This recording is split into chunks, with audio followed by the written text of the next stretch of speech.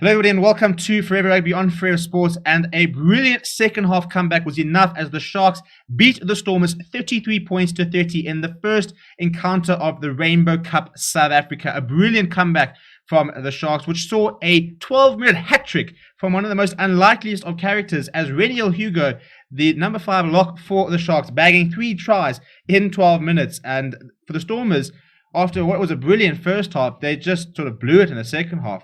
We'll look at some of the stats and stuff like that and look at the game as a whole. Before we do, please do smash a like on the video. Subscribe to the channel if you are new as well.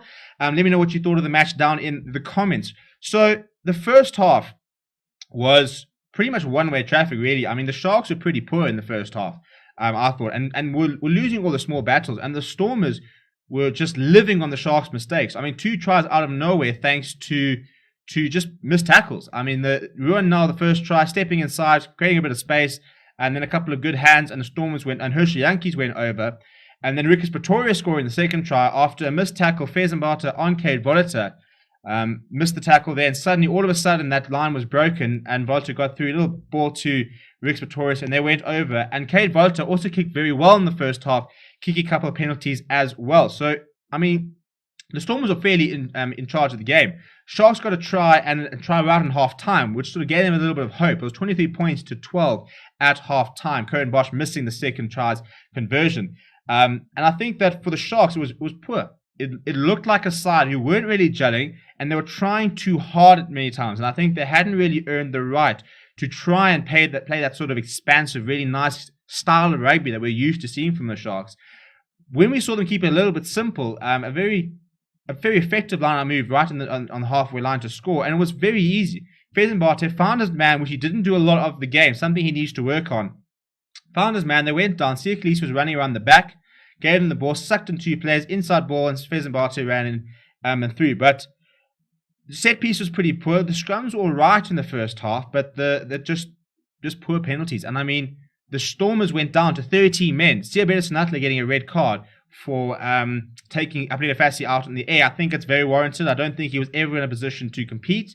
Apelele Fassi landed pretty much right on the top of his back. Thankfully, it wasn't on his neck or head, but it could have been really, really serious. I mean, he pretty much did a 360 in the air, so it looked really, really bad.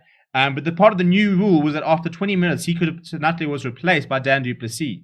Billy Engelbrecht was also sent to the bin for a reckless challenge, and he would then also got a red card later in the game for another piece of foul play. He's just tackling too high. First one pretty much hitting here, and the second one hitting the neckline, so he's just tackling too high. So not a particularly good debut from Willie Engelbrecht, but it was pretty one-way traffic, and the Sharks getting that try right on the halfway line, I mean on the half-time whistle, was quite important because it got them back into the game.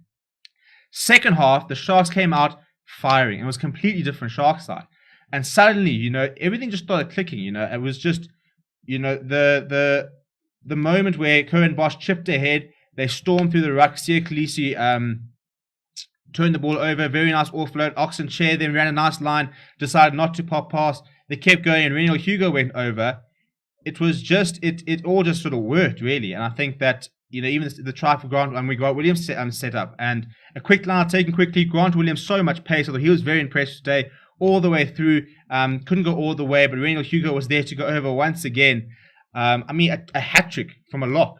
What a performance by Hugo. I mean, he'll remember this day for a long time. But then, and the Stormers were just shell-shocked. All of a sudden, from being 21 points to 23-12 up, they were 23 down. And they just couldn't really get into the game. And eventually, towards the end of the game, they clawed themselves back with a very nice work try.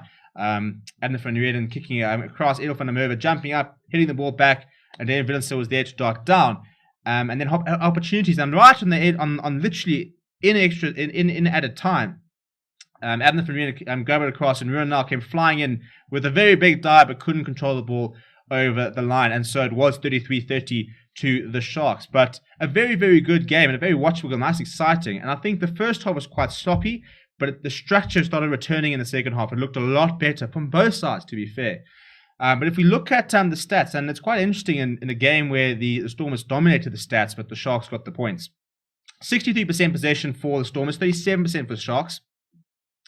Second half, it was 64%, 36%. First half, 62-38. So it didn't really change much. Territory, 66% for the Stormers, 34% for the Sharks. Sharks scoring 5 tries to 3. And then in terms of defenders beaten, 16 defenders beaten by the Stormers, 18 by the Sharks. 6 clean breaks by the Sharks. A lot of that was Apalele Fassi. Very, very good. Very effective on the counter-attack. I thought he was fantastic. Gain line carries, 50 by the Sharks, 73 by the Stormers. Offloads, 13 offloads to 12. That was fairly even. 6 turnovers, 1 by the Stormers. I think that was all in the first half, actually. And that was when things were really going well. 4 for the Sharks. And then 82 rucks, 1 by the Stormers, 36 from the Sharks. In terms of the defense, the Sharks missed 16 out of 99 tackles at an 84% tackle success rate, which is all right, not phenomenal, but decent. Stormers missing 18 of 66 tackles, and that was the issue. A tackle success rate of 73% is really, really poor. You cannot win games with that sort of tackle percent rate. You look at international test rugby, and they're sitting in sort of the 90-91% tackle success rate. And whilst those Sharks might miss those couple of tackles, generally that defensive line was fairly solid, and that was a major part. Unfortunately, there's nobody doing individual stats. We can't really tell you some of the stats of the individual performances, but I thought that Cape Volta looked decent. Doesn't look good for him. Had a knee injury. He was at the side of the field with crutches after the game, but it doesn't look like he'll be playing a part in the Rainbow Cup. Thought Sia Khaleesi was pretty good in the second half, but Kanya Sunday came alive in the second half. Oxenchair was pretty industrious. Struggled a little bit of scrum time, but it was pretty solid in open play. I thought Fassi was very good for the Stormers. Peter Toy looked pretty fit, actually. I mean, I think he played a full game by the end of it. Yeah, he did. Made quite a lot of tackles. I mean, had a pretty poor knock-on towards the end of the game, but I thought he was relatively solid. Herschel Yankees looked a lot better. Struggled to really get the sort of sense into the game. Ruben Nell's a very intelligent player. I think he's quite an asset for the Stormers. I thought Namaklaba and Skara Ntabeni, though, those were my 2 top performers for the Stormers. They were both having an absolute field day at the breakdown. And Klaba has been named as Sia Khaleesi's replacement. I tell you, he had a sensational game. Won some very important penalties. He was everywhere, nice and physical. Loves the sort of the nitty-gritty part of the game. You can see he wins a turnover and he absolutely loves it. Very, very impressive performance by him. But it was a good game. It was a nice game to watch. And hopefully we'll get some more of that sort of close encounters as the tournament goes.